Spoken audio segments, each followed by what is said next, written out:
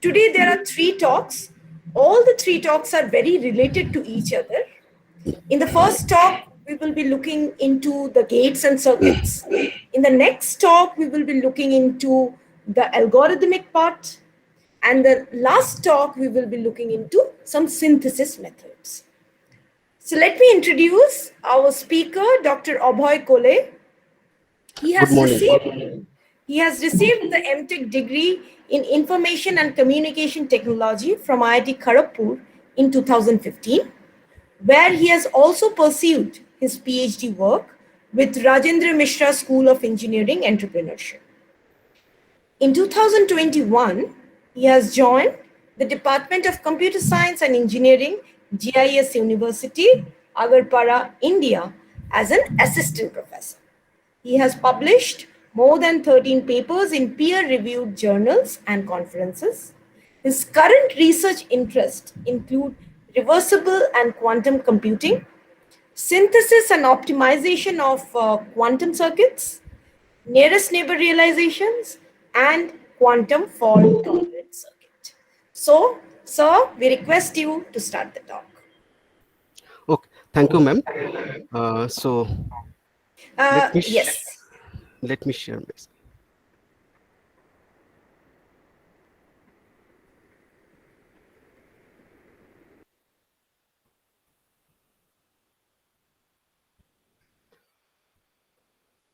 So, ma'am, can you see my screen? Actually, is it visible? Yes, you can do full screen. Okay.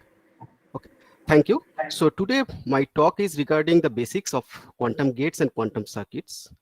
And the brief outline of my talk is the basics of the quantum states, unitary operations, and the state transformation.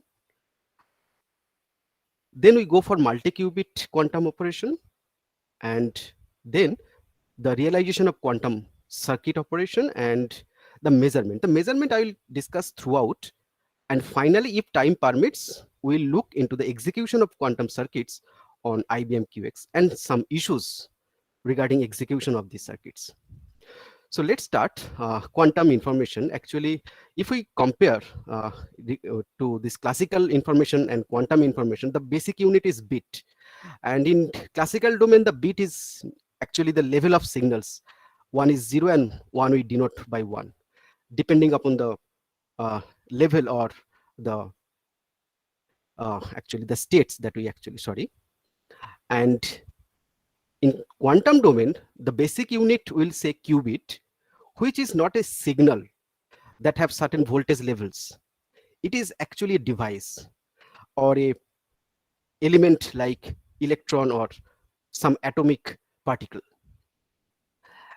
The diagram shows the actually the superconducting realization of a qubit with a Josephson junction and a capacitor in parallel. And when current flow through this, it creates an oscillator with non-equidistant energy levels. And the lowest two energy levels are treated as the two basis states, 0 and 1, that are called computational basis states. But instead of these two basis states, the device can also stay in superposition of these two basis states, which we actually denote that alpha 0 plus alpha of 1. We come to this notation. The provided this state, this condition must be satisfied. That alpha, this is called the modulus. So modulus of alpha 0 square plus modulus of alpha 1 square must be 1. And now we come to the state representation. That the state of a qubit is a two-dimensional unit vector. Each of these term is very important, unit vector. And that is in a two-dimensional complex vector space. And each of these computational basis state we represent by the unit vector with unit column vector, we'll say 1 and 0. And this computational basis state 1 we represent by column vector with elements 0 and 1. And the arbitrary basis state that we will say psi, which is a superposition, that actually we can recalculate and get to this alpha 0, which is the amplitude of this 0. And this is the amplitude of 1. So we get the column vector regarding this.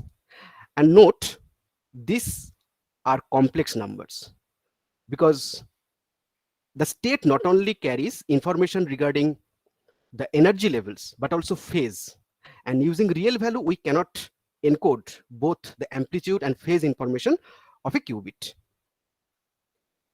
So let's go to the why we'll say it is a unit vector. So as we told or as I told, actually this is a complex vector. So first look at its dual vector. Dual vector, again we use a notation called the bra notation or Dirac bra notation.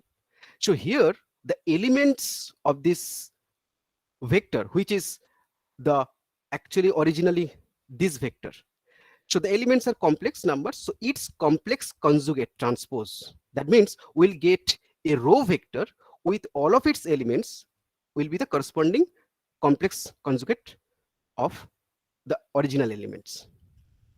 And then the inner product. Inner product is the multiplication of this column vector with its corresponding row vector. So if you multiply, you will get this equation, which is nothing but the modulus square of both these amplitudes and their summation. Now I come to the third point, which is called the norm of the vector. So norm of the vector is the square root of this inner product. And we'll say complex vector a unit vector only when the norm is 1. And this is the basic criteria for a quantum state. Only when we'll say it is a valid quantum state, the alpha 0 and alpha 1 represent a valid quantum state only when the norm is 1. Let's take some example quantum state. For example, this is absolutely the norm is 1 for this state, so it's a valid state. This is also a valid state. Here alpha 0 square is half and alpha 1 square is half, so sum of this is 1, so fine. Here alpha 0 square is 2 and here it is 1, so 3, and root of this is actually the norm is square root of this inner product, so it is root over 3. So it is an invalid state. So to make it a valid state, we have to divide both this amplitude by this value, so to get the normal values. And then if you try to recompute the norm, you will get 1. So these are the criteria for state representation. Now the state measurement. So when we have a superposition and when we want to measure, what will be the result? Actually, result will get classical value 0 and 1. Here I represent the state as a x-axis represent the state vector 0 and y-axis represents state vector 1. And in arbitrary state will be a vector that actually like this. And now if I want to measure, that means it will be like measuring or projecting this vector on this basis states. So that means I can draw a line here. So this portion will be the contribution of 0 part and this portion will be the contribution of 1 part. So here this portion is, we'll say alpha 1 square, and here this portion will say alpha 0 square. So this is the contribution of, and this is the sum, which is 1, the length of this vector. The length of this vector is 1, which is the sum of these two. And now how we get this? So probability of getting this 0, classical value 0, is the state, original state. We take the inner product with basis state 0 and their modulus square. And if you calculate, you will get directly this alpha 0 square, modulus of alpha 0 square.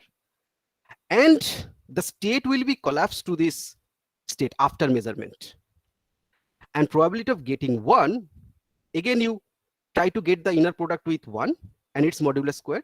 So you'll get the state, this one, alpha 1 modulus square. And your state psi will collapse to this one. So 3 things. One is the measurement outcome, which I will get either 0, classical value 0, 1. We have the probability of getting this outcome 0 and 1. And we have the post measurement state that will be either 0 or either 1. So 3 things are there when we do a measurement.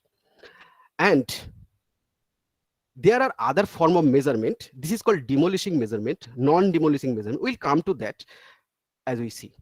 So now let's take the example state. So if we measure this state, we'll get always classical value 0, and it is 100% time. So every time you compute, you will get 0 always, and your post measurement state will be 0. When you have a quantum state 1, the outcome always be classical outcome 1, and it is 100%, and you get 1. But when you have this state, you get 50% of the time classical value 0, and 50% of the time classical value 1, and your post measurement state will be 0 or 1. And similarly, in that case, 2/3% of time, that is 67% approximately, you will get classical value 0, and 33% of the time you will get 1. So this is all about the quantum state. Now I move to the quantum computation. So quantum computation is nothing but transforming this state to another state, which will be a valid state, obviously. So now to transform this state, we need some constant on the operator that actually do this transformation. Say I have an operator u that actually transform this state to this state. So we first try to verify what type of constraint are imposed on u. So first is that it should be linear operator. That means the operation is sum of more than one functions. Second, it should be square matrix. That means operator is the inner product.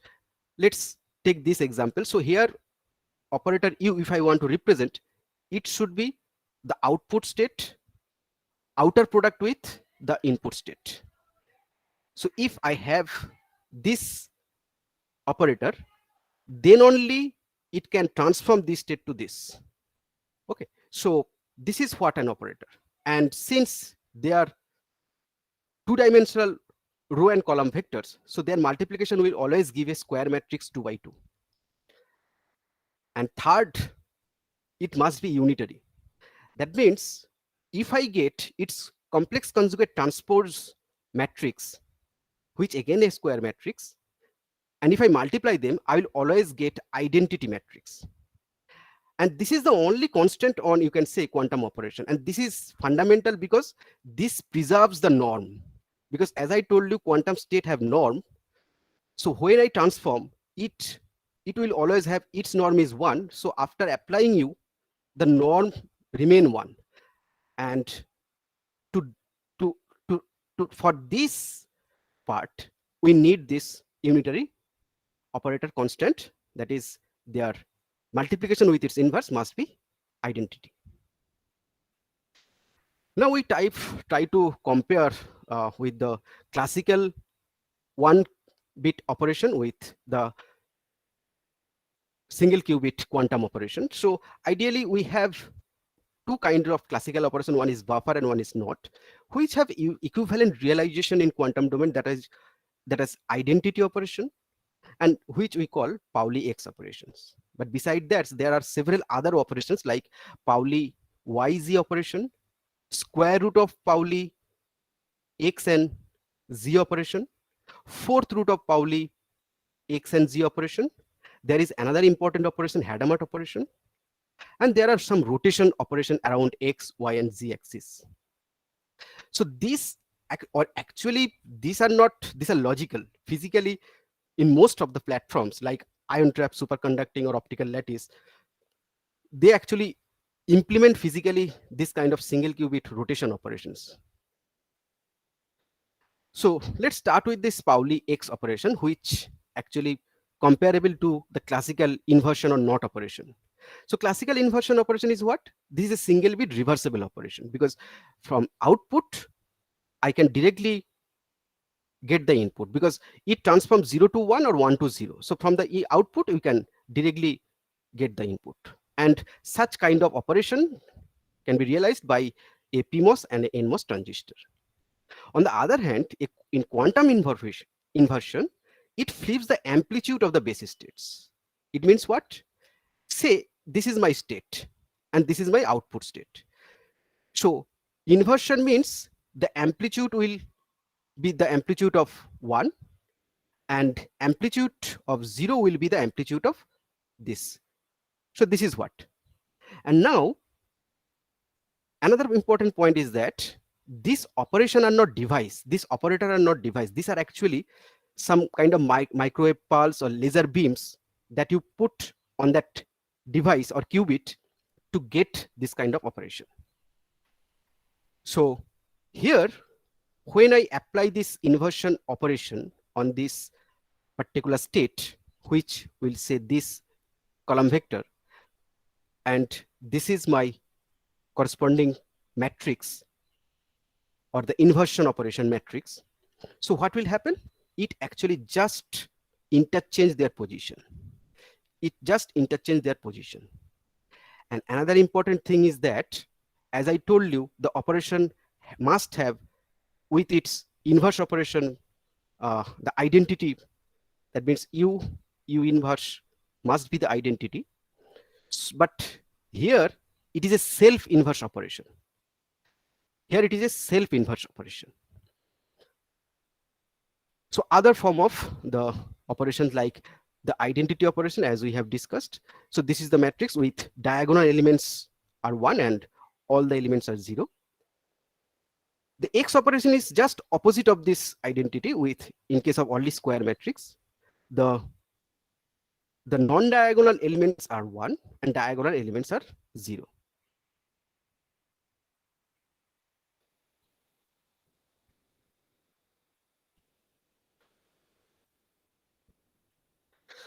There are Y matrix. This Y matrix have certain phase. I come to that before introducing Z. So Z matrix is quite similar to this identity matrix with only a coming at this position. Now, if I try to figure out what this do, actually this change classically will say 0 to 1 and 1 to 0. Whereas this does not, like as I told you, it's similar to the identity operation.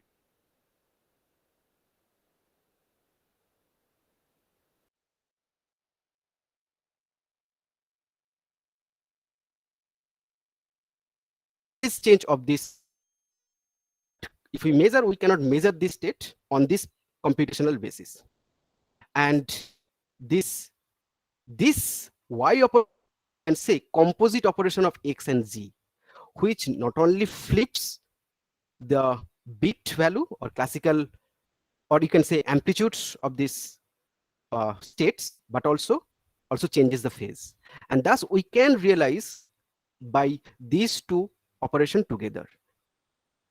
So this is the circuit representation of this operation. So input is psi, so that we can write in the form of expression this psi. Then I apply X, then I apply X, then I apply Z, then I apply Z here, and this is my output state.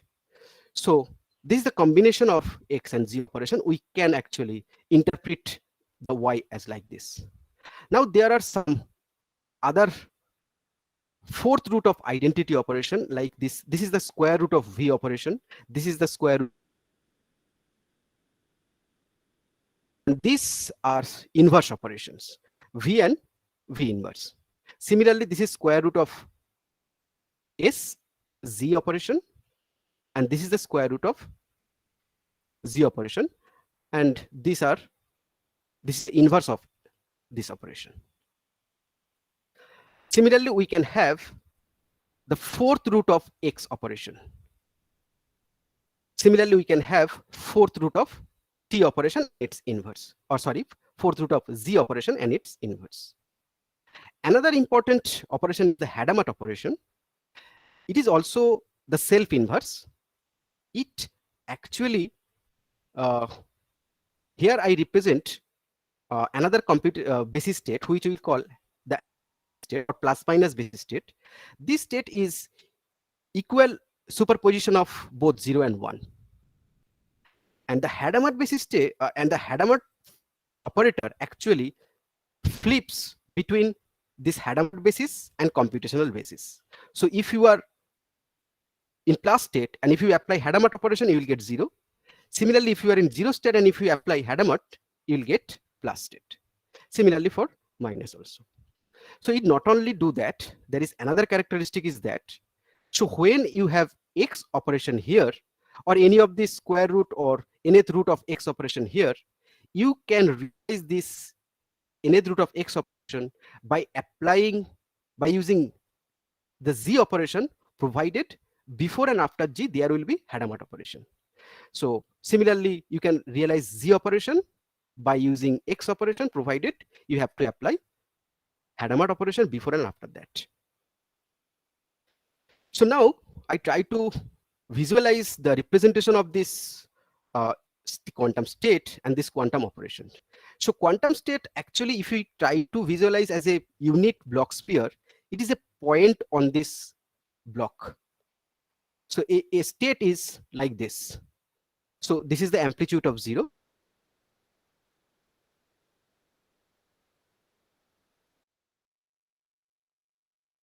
Touch, and the operation that we carry out actually transform this position from here to here, so any location.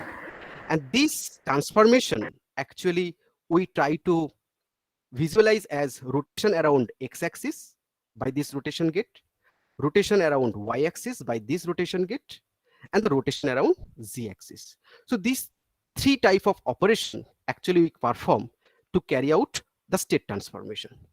Now these rotation operations we can be obtained by exponential. Dr. Kole, by the I'm just exponential interrupting you Pauli once. X operation. There is But some before going to that, let's try glitches. to So, figure out that. Dr. Kole, can you hear me? I can write it.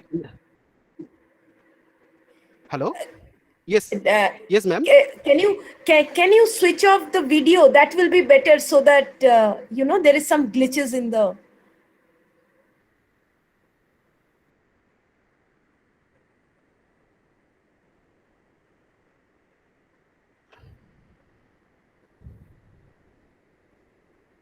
Hello? Yeah, what I'm saying, you can switch off the video and continue your talk, because then there is some delay in the talk. Okay, ma'am. Okay. So what I'm saying, so here actually this is the expression for the exponential series. Actually, we can write it in the form of this cos theta I and I sin theta A. So this A is an unitary operator, and when I can write, whenever the A square is identity.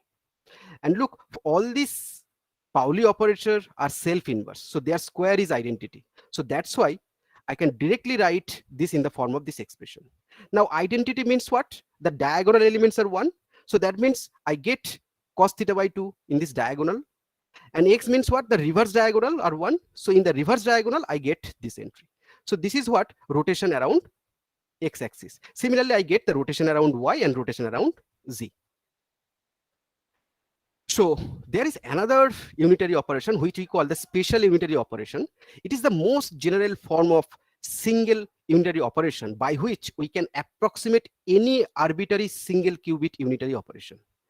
And that we can write in the form of this matrix. This is actually we can write as a composition of 3 rotation operation: rotation around z by phi angle, rotation around y by theta angle, and again rotation around z by lambda angle. So this is the most general form, and that actually IBM QX realize all the single qubit unitary using this, by realizing this single operation, where they realize this all these x, y's, h, z and operations by just applying different value of this theta, phi and lambda. Now we move to the complex state, or more than one qubit state. So it is actually tensor product. So what is tensor product? Actually it is, so if I have two qubits, so how will represent their state? So it is actually the tensor product of individual state, where we get this alpha 0 multiplied by this column vector. I get the first 2 elements of this 4 element or 4 dimensional column vector, and this alpha 1 into this second vector, I will get the next 2 element of this column vector. And so this is how we get multi-qubit state. Similarly, if I have 2 qubit operation and which are actually nothing but single qubit operation are on the parallelly 2 qubit, so that means I want to say that U1 is operating on this and UT if it's operating on this. So how I get this operator as a single matrix? So here suppose U1 is represented by this matrix and U2 is represented by this matrix. So then each of this element of this first matrix, U1 matrix, I multiply the second matrix and I get this as a tensor product. Similarly for multi-qubit operation.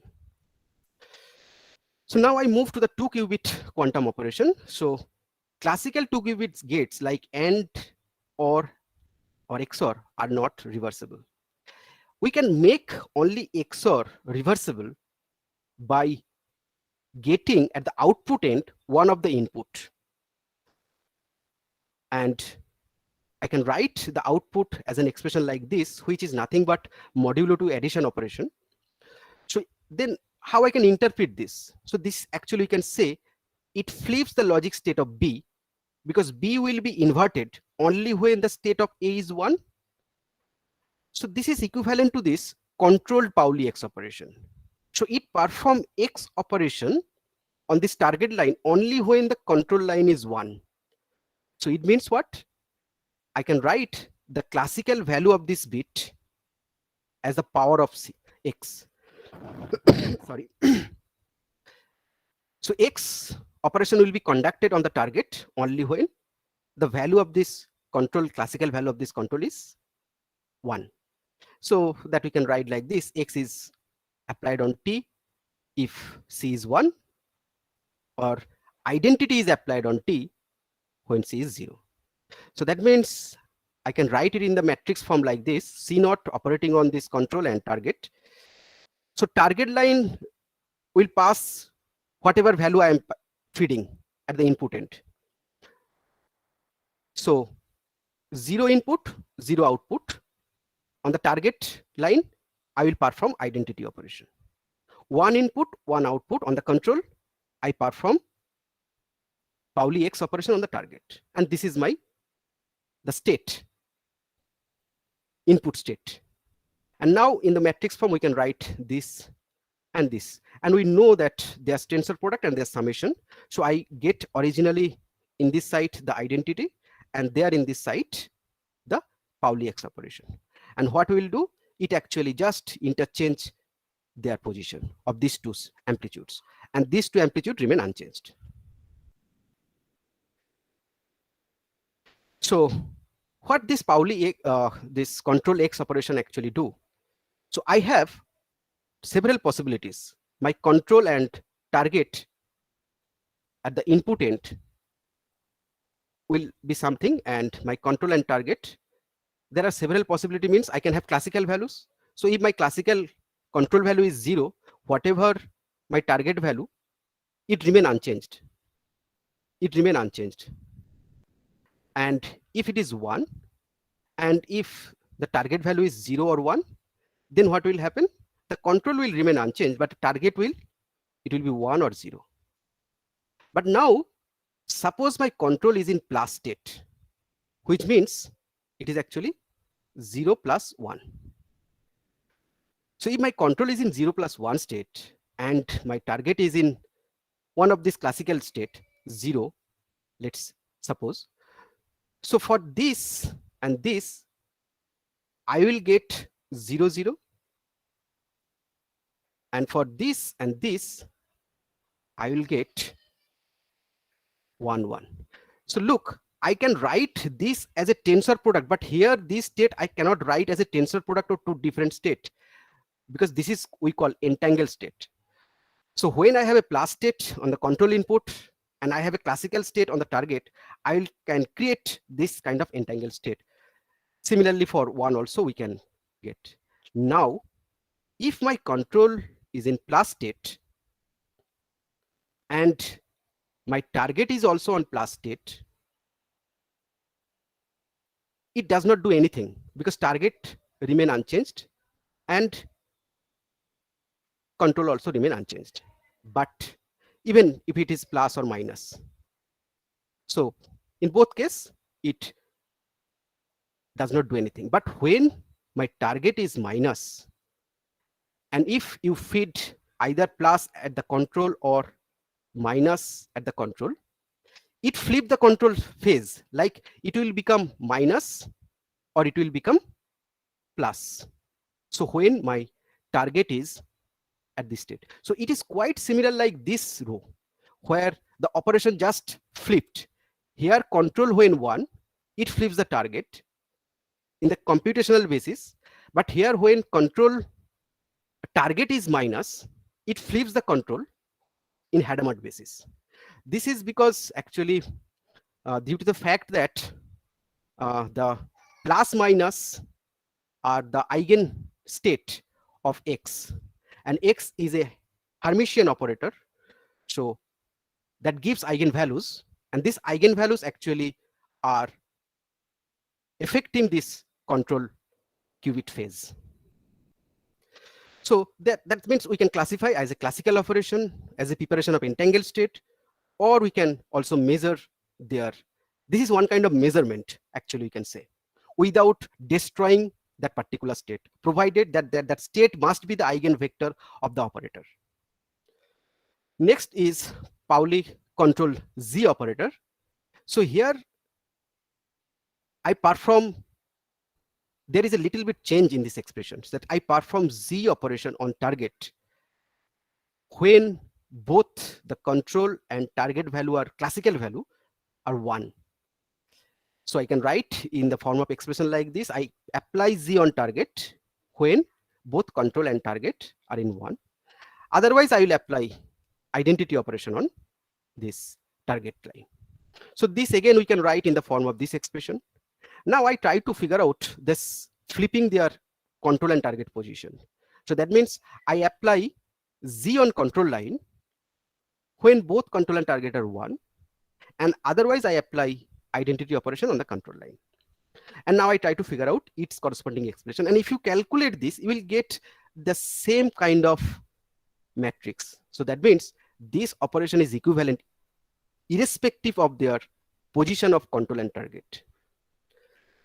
So this is one observation, and now we move to the operational details. So here what we get. Dr. Kole, I just have a question.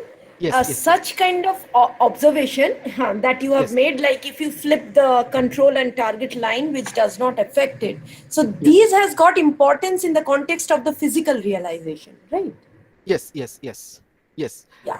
Actually, if we have flexibility of knowing this kind of operational, then we can have the flexibility of what kind of optimization that we can actually apply when we try to minimize the number of operation actually. I see, exactly. Thank you.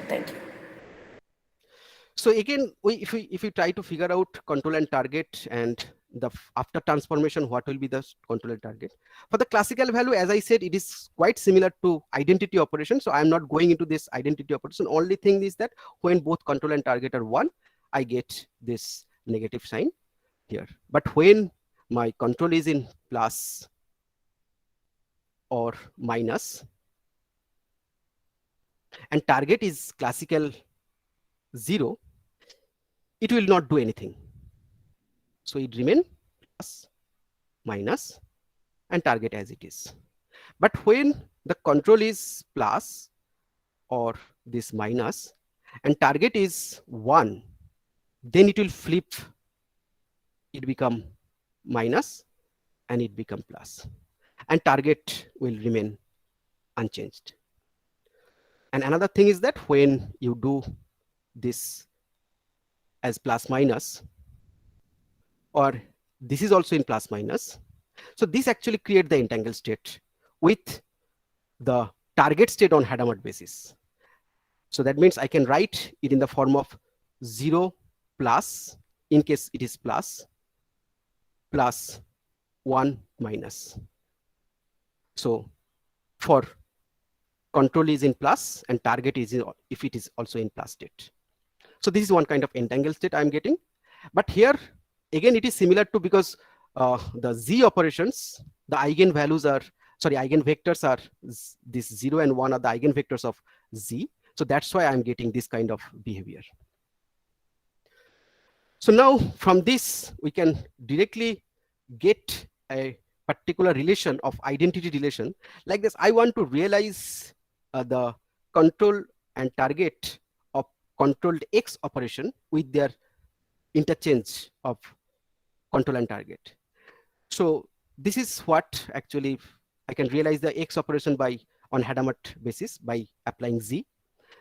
And since Z operation, I can flip their control and target.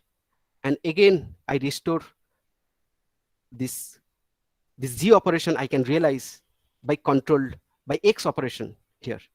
So that's why these two are identity operation. That means I can either realize by this, and if there are some physical limitations that I can apply on 2 qubit, there is some restriction that this can only act as control and this qubit can only act as target, then I can realize this qubit as target and this qubit as control by using this operation like that. So next is the quantum gate libraries. Actually, we try to synthesize quantum circuit not by arbitrary of any of these gates. There are some specific gate library that we'll use. Like one specific library contains this NOT operation, square root of NOT operation, control NOT, and this controlled square root of NOT operation.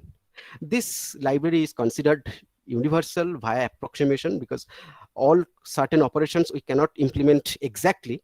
We can approximate their realization. Similarly, we have the Clifot T, or this actually library is called NCV library. Another library we call the Clifot T library. It contains the Hadamard gate, Pauli X and Z, and the square root of and fourth root of this Z operation and control NOT operation.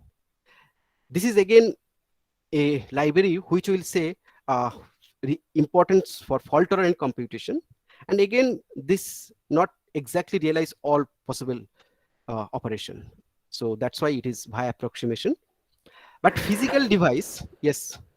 Dr. Kola, how can you Yes. say that that is a fault tolerant thing? Actually, Yes, madam. This is also the why, sir. Actually, Clipboard plus this T is called a fault tolerant. That means why it is the meaning actually.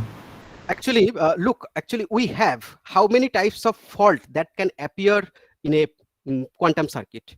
We can either have a bit flip error, like 0 can be changed to 1, like we can have phase flip error. That means plus can goes to minus state,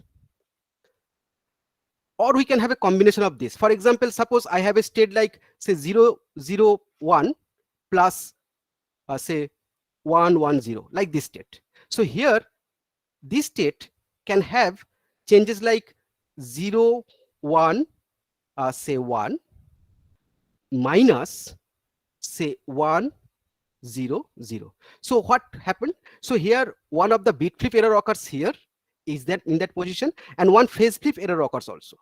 So now look, as I told you early, that X and Z both have the vector like this plus and minus are the eigenvector. So I can directly measure this error, this actually phase flip error, by using this my X operator or combination of that. That means we can actually implement the stabilizer. I'm moving towards the different direction. So the stabilizer we can realize. And similarly, just I try to figure out that why we say.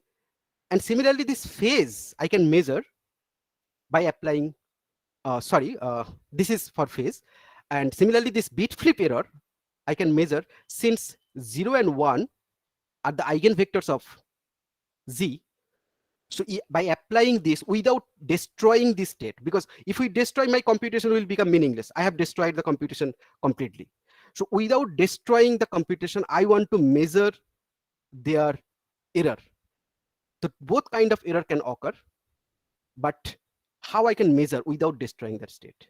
So since this plus minus are the eigenvectors of X and 0, 1 are the eigenvectors of Z, so and I can compute, I can compute in actually in both this phase and this plus minus basis state. So I need this kind of library where both kind of operation I can perform. So that's why this library we call fault tolerant. So is it clear? Because I need otherwise some more. Yes, sir. Yes, sir. Yes, sir. It is clear. But, sir, actually, I want to ask another question. Can you permit me? Yes, sure, sure. Sir, actually, yeah, this particular gate libraries I'm talking about Clifot plus T. You are Yes. talking about the measurement. That means it is related with the approximation values. No, Now, not always. Not always. Actually, approximate means certain operation. Look, yes, there sir. every gate library have certain precision. Like I want some exact precision that you may not get with certain error deviation. I can approximate the operation. Suppose you want to realize a multi-qubit operation with certain values of, for example, T gate. Using T gate, I can have actually the rotation of e power I pi by 4. Now, if you want some rotation by e power I pi by say 6 or something like that, so that means there will be some deviation. I cannot do this using this gate. Is it clear? Answer second. Yes, sir. And this one is really physically it is for implementation purpose. That means I mean to say this type of gate libraries we can use. Yes. Yes. Okay, Physically, I'm coming to that. Physically, what we'll do? This is actually okay, okay, sir. these two are library that actually we prefer. Why? Because we cannot arbitrarily realize any arbitrary function by arbitrary rotation.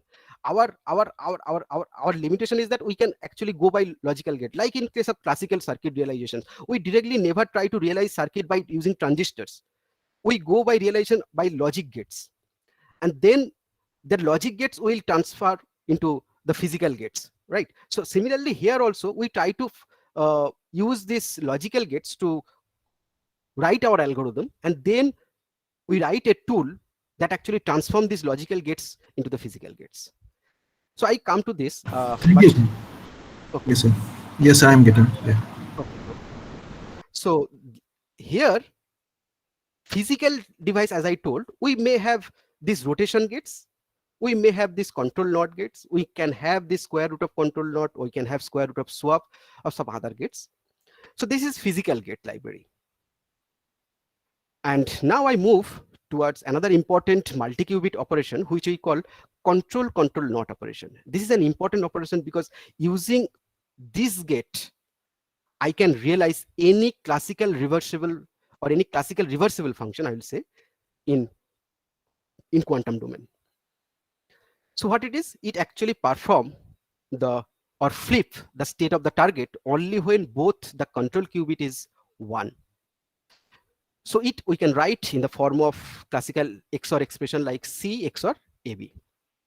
Now, since we know that the X operation is actually V square, or square root of X is V, so that means I have to apply 2 V operation here, or 2 inverse V operation. So using this, I can realize. Now, suppose I want to realize using this 2V operation. So then first we try to write this power expression. So this power expression 2AB, it is actually A plus B and this modulo 2 addition. So that means in expression from A plus B minus A XOR B. And now if we put in the both end the classical value 0 and 1 in the left hand side as well as in the right hand side. So you always get 2 here only when both A and B are 1. So that's why this expression is satisfied. If any of this one is 0, so you get in the both sides 0. Can So you now, please repeat this one once more? okay. So what I'm saying, let's try to. So in that side, left hand side, I have 2AB, and in the right hand side, I have A plus B minus A XOR B. So now let's take the 0, 0 value. For 0, 0 value, it will be what? It will be 0, and it will also be 0. Now take A as 1, A as 1 and B as 0. So it will be 0. Now A1 and B0, that means here you have 1. And A XOR B, modulo 2 addition, that means what? 1. So 1 minus 1 is 0. I am getting this. I put A as 0, B as 1. So here I am getting 0. B1, similarly here it is 1, so I'll get a 0. But when both are 1, I get a 2 here because of this 2. And here also A plus B is 2, and both are 1, so modulo 2 addition gives 0, so that means I get a 2. Is that clear, ma'am? Absolutely. Thank you so much. Okay. So now, so I get this expression. So now according to this expression, according to this expression, so I have to apply, so this is what? V power 2ab as according to this expression. So that means V power 2ab, I can write V power A plus V power B, and since it is minus, I have to do V inverse operation here with control A. So here it is V power A means I putting a control line on A and target on C, because I want to transform the state of C. Similarly, I put the control on this and target on this for the second V operation. And now I need this A XOR B, so which is actually this C0 operation, give me that. So here I get A XOR B, and now again I perform this V inverse operation on this target. So this is what the realization of this control not operation by using this NCV gate. Again, I can realize as a inverse this, where look, I have to V inverse operation, and here I have this V operation, just I replaced. And another important thing we can say that I have rearranged in some different ways. So this is why this is actually inverse realization of this function. If I consider this is a function fx, so I can realize its inverse, fx inverse, by just simply reversing the gates and placing their inverse operation. Here I am placing here, and since it is a self inverse, I do not change. After that, I replace this by this, and its inverse is V. Then this gate, so I place it here. Since it is a self inverse, I do not change its target. Here again, I am placing this here. Since its inverse is this, so I am placing this, and after that, this operation. So, and although these are inverse, but since this control X is a self inverse, so exactly this is equal to this, the same operation. Now using the phase gate also I can realize this operation. So phase gate means I have to apply the Hadamard before this Z operation, so to transform this X operation as Z operation. And now again, it is also, you can verify that it is also invariant to the target. So I can place target anywhere, but you have to keep your Hadamard on the line or qubit position where you want the inversion operation. And this is actually because of this expression. So I can provide that phase flip of this C, I can get the phase flip of B, and I can get phase flip of A. So this is what phase flip of C, phase flip of B, and phase flip of A. Now let's take this one I to synthesis. So that means, since as I have seen in the previous slide that I need 2 square root of V operation and one square root of V inverse operation. So in that case, we need 2 square root of Z operation. So here you have 2 square root of Z operation and 1 square root of Z inverse operation. So that is what this one. So now, but we don't have in our Clifot library, we don't have this control S operation. So now look at this, how this control S operation we can realize. So this control S operation, that means what? Actually, in the target position, I am performing 2 T operation I need. So that means T square AB on target. So this expression we already know. So that means I have to apply one T operation in B, one T operation in A, and then A XOR B, where I perform this T inverse operation. So this is what this get. So I can realize. Now, this Z power ABC means what? I need 4 T operation, because it is actually fourth root of Z. T is the fourth root of Z. So I need 4 T operations. So 4 T power 4 ABC, ABC. Now this expression, again, I can write in the form of this, where already I have realized this. So I am not highlighting this. Only part that I have to realize, I highlighted here. And this part is this circuit portion. So that I can realize by just performing, look, there it is. So I perform a T operation on this C line. Then I need this operation, A XOR, let's first take this operation. So here I have this A XOR B XOR C. So I apply a, because it is a plus sign, so I apply T. Next, this B XOR C. So it is actually here. So B XOR C and its inverse. So it is here. And here it is A XOR C. It's, since it's negative, so I put inverse here. So this is how I realize the complete operation using only Clifot T gates. So any question here? Hello? Yes, sir. Yes, sir. Sir, last one, hammered one, H1. Why it is that is how it is related, that particular expression? This Hadamard you're talking about? Yes, sir. Yes, sir. Look, Hadamard operation I have already isolated here, because Hadamard is not important here. My importance is to realization this control Z operation, right? So okay, sir. Okay. So that's why I am not highlighting this part. So I am only interested in the middle portion, whether I am getting this relation or not. If I have this relation, that means I apply the Hadamard operation on or before to get the control X operation, this operation. Okay. Okay, sir. Thank you.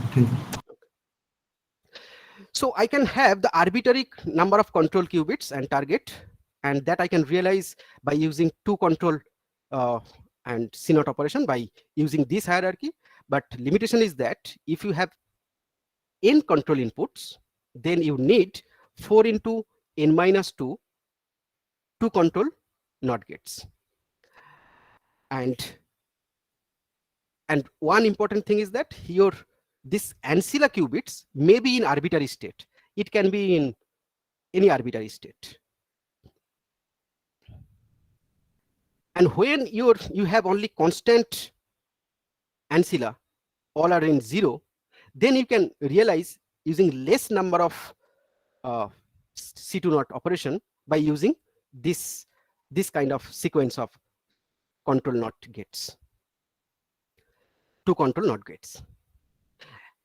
And look here, whether dirty ancilla I am using or clean ancilla I am using, we always need n minus 2 number of ancilla.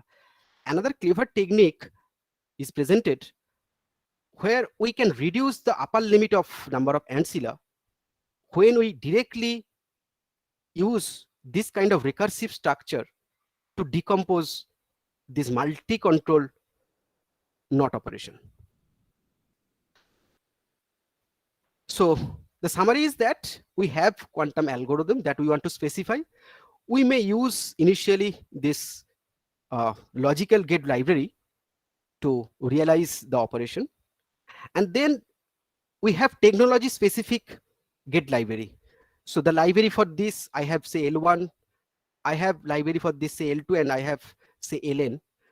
So then we have to transform into this library gate operation. Just Yes. one question here. This logical quantum gate realizing is not possible, right? We need a reversible thing in between. Reversible by nature. Quantum gates are reversible by nature. No, Yes. suppose from algorithmic specification, Yes, when you are going to this. algorithm specification. If I want to realize any classical function, then I Yes, have to think, I have to make the classical function first reversible. Then only I yes, can move to uh, this synthesis operation. yes. Yes, Sir, yes, sir, I have a one question. yes. There is any particular technique or procedure, because yesterday lecture, now Yes, reversible circuit, to for designing the reversible circuit, now it is people are going now not it is a part of these days the people are not using the reversible circuit too much. yes, yes, So yes. my question is that there is any specific procedure or technique to convert the reversible circuit to the quantum circuit. Now, I'm Actually, the talking about the current these days. Yeah. procedure is there. So reversible circuit means what?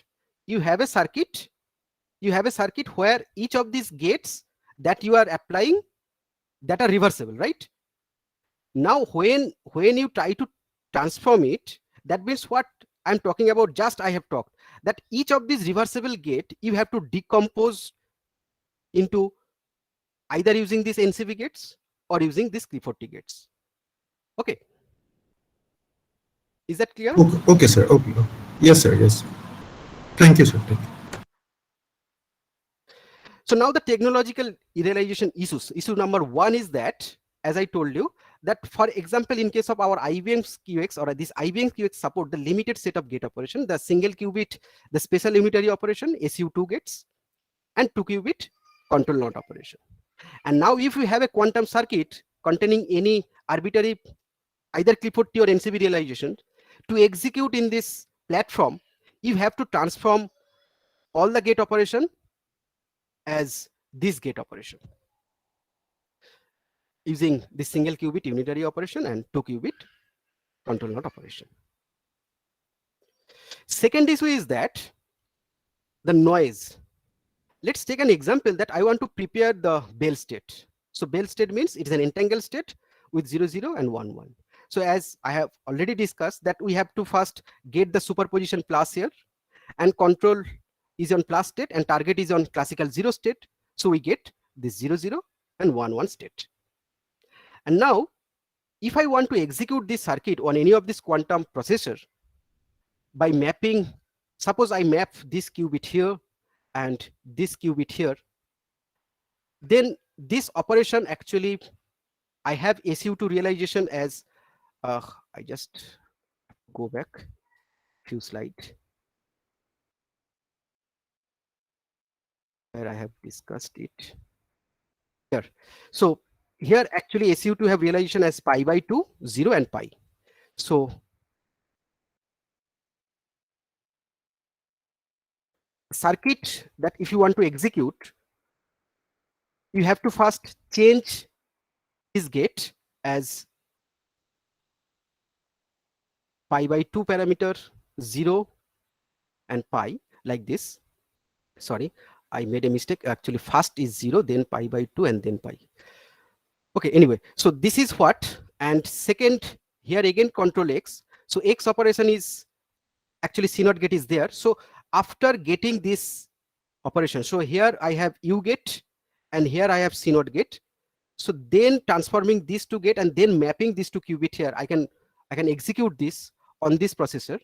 And after executing this, no, ideally what I expect that if I run 100 times, I get 50% of this time this 0, 0 result, and 50% of the time I want to get 1, 1 result. But what will happen that due to error, I may sometimes get this 1, 0 and 0, 1.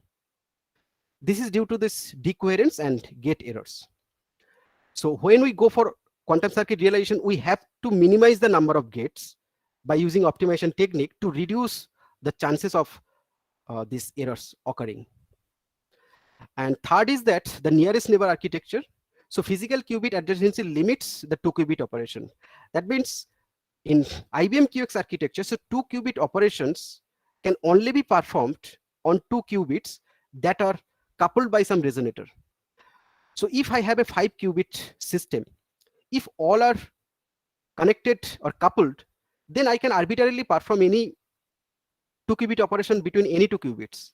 But if I have certain limitations, I cannot perform a CNOT operation here or here. So here I have to map the circuit properly. This is another restriction where this arrow denotes that I can only apply control here and target here. So these kind of limitations further impose restrictions where we can overcome by using the technique that we have discussed or using swap operations. So I can perform this operation after swapping their state and then performing here like this. So conclusion is that the quantum processor suffers from decoherence and gate errors, and not all qubits have identical error rates.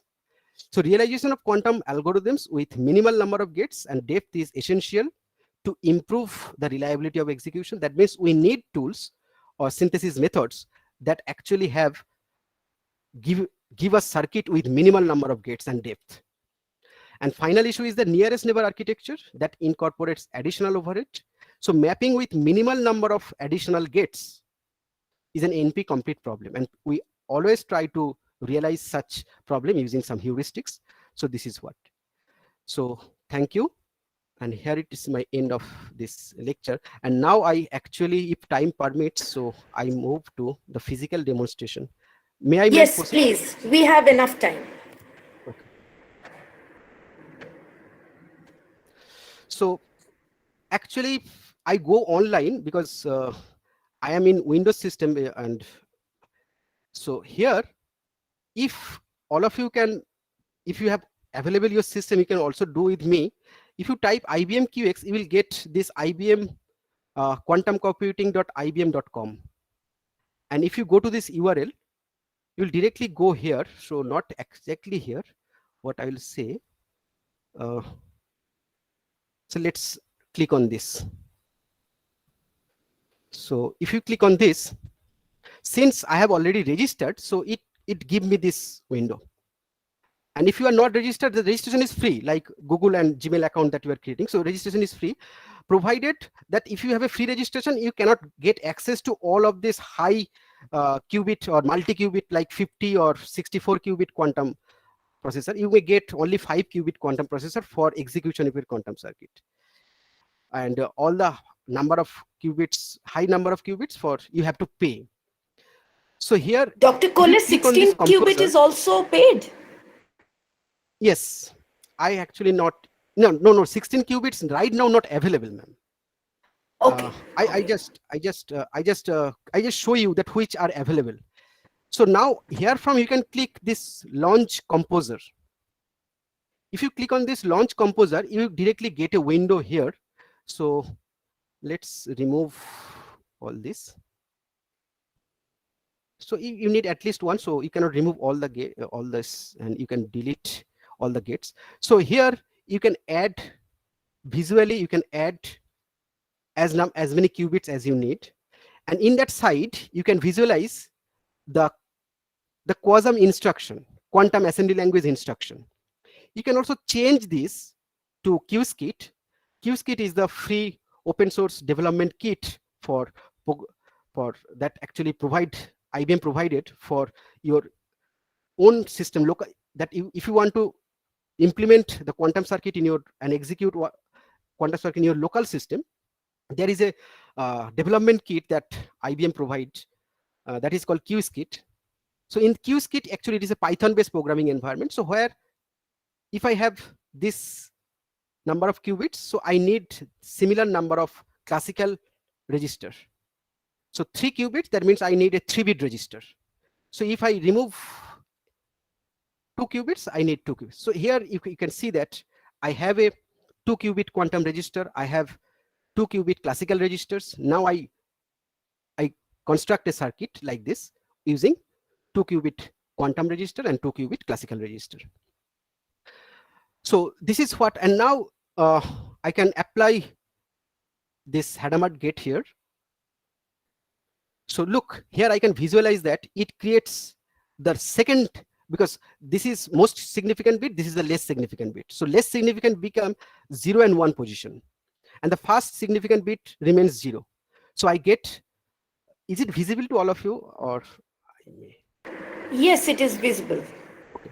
So I get 50% of the time 0 0, or I get 50% of the time 0 1, because the less significant bit have superposition. Now if we apply this control NOT gate, I get a purely entangled state where I can have 50% of the time 0 0 and 50% of the time 1 1.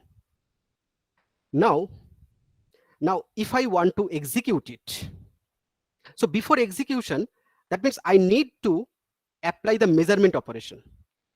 So I need to apply measurement operation. Now there is a limitation of this online simulator that is available. It actually gives me that this is 100% of the time, but it is not. You may change the number of, as you may change, it may flip. Look, it may flip between these two. Actually, ideally, it should be 50% of the time 0 0 I get, at 50% time of the 1 1. But you can get, if you install Qskit in your local system, then the simulator that you use, this is a high-end simulator, there you will get the 50% behavior when you measure. But so after constructing your circuit and after this measurement operation, you can go for setup and run in online mode. So before going to this run mode, you can check that what operation or what of the which processors are available to you. As you can see, only these 5 qubit systems are available to you. Only 5 qubit systems. Like in my case, if you are a paid user, then you have more number of qubits. So this is actually simulator stabilizer. It is not a real quantum processor actually. So these have several.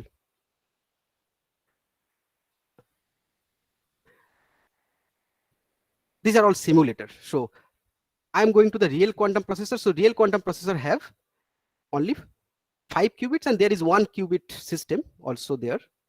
So I'm not going to this 1 qubit system. So any of this 5 qubit system, if you try to verify that how many jobs are pending, because this is online, so many people are trying to execute their own circuit. So here online, these have 18 jobs that are running. So here 14 jobs, 6 jobs, 8 jobs, 6 jobs, and there is only 1 job running on IBM Lima. So we can prefer this one for execution of this circuit one. So if you click on this, it will take some time to execute, and you will get your execution result here. So look, here I get this FDP demonstration few seconds ago. So I got this. So now you go to this composer job section, and here this is what the result. And if you try to visualize in proper manner, you will see that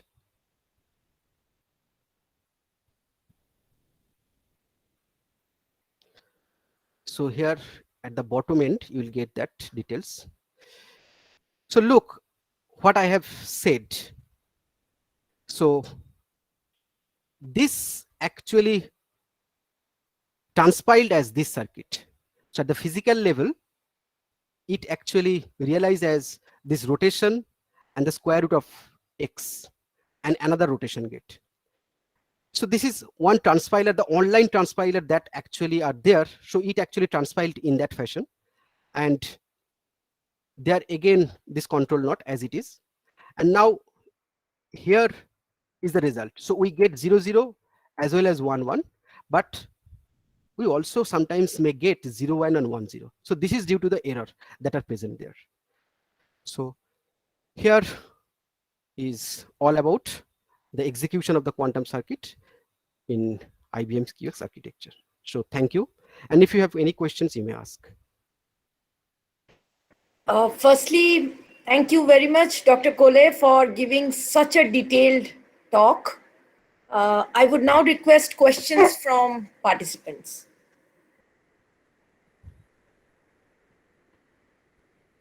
Please ask questions, because this is the basic of quantum computing. If you want to start research on quantum computing, if you are already doing research on quantum computing, I believe today's talk has motivated it, and you have learned the technical part of how these gates are running, and also have shown that how these gates are running in a real computer, right?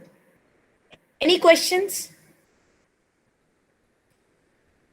Okay, if there is no question, I would request Vice Chancellor Sir to say a few words.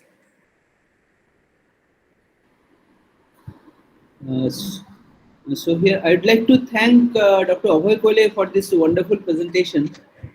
So whatever I had very briefly mentioned in my talk, he explained them so very nicely with examples and illustrations.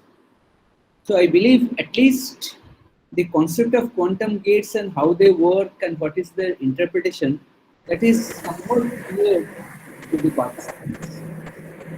So I'd like to thank Dr. Kole once again, and we look forward to the other talks in this FDP.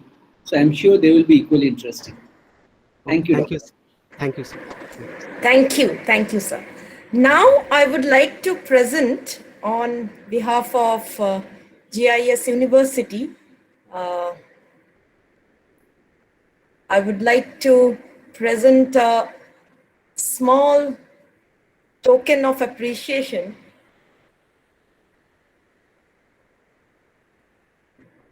to Dr. Kole. So this is for you, sir. Thank you, sir. Thank you, ma'am. Thank you, ma'am. Thank you so much. And also a small token of gift from our side. Thank you. Thank you so much, ma'am. Okay. Thank you very much for this talk. Okay, so dear participants, now it is 11:16, but we would request all of you to be present for the next talk. That will be really, really interesting, because Dr. Harish Shahu will be showing from this, whatever Dr. Kole has explained now, he will be showing a real algorithm and he will run on this IBM QX machine again. So we will be learning a lot about realization of these functions on real machine. So please join us by 11:45 sharp. So we will start the program from 11:45. Fine. Thank you so much.